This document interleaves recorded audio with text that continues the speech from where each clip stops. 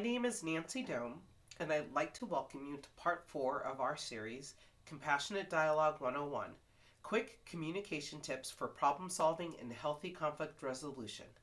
If you missed parts 1 through 3, make sure to go back and visit those videos. There, you'll find insight on how to recognize your feelings, which areas of your life you can apply the communications framework we're discussing together in this series, and how to consider other perspectives you might be missing.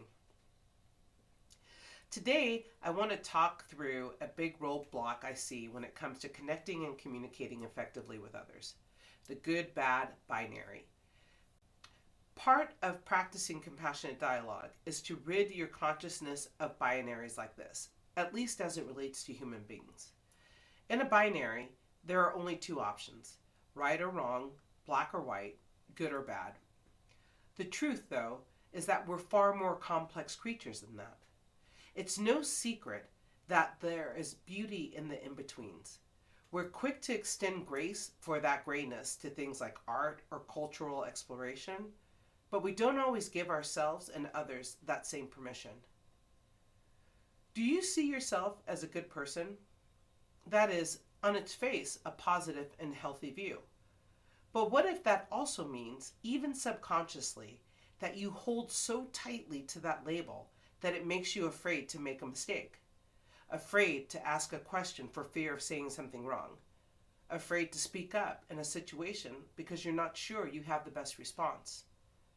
My point is that what if clinging so tightly to that image of being good people, we collectively have lost our ability to dance in discomfort and be honest not only about what we know, but what we don't.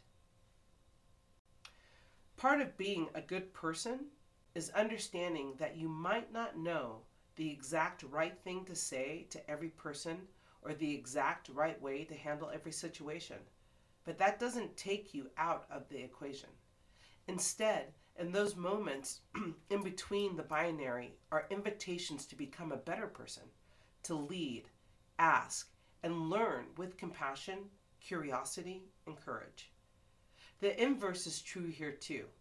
If someone says or does something that you perceive makes them a bad person, do you write them off?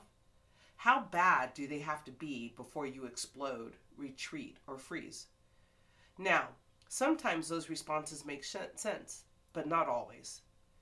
There is so much room for complexity in the good person, bad person binary that we owe it to ourselves and to each other to explore it a little more in a compassionate way.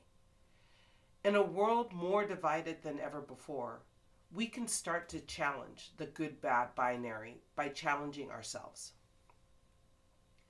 At the link below, I'm going to share a free social media audit tool that encourages you to explore your digital activities through an equity lens.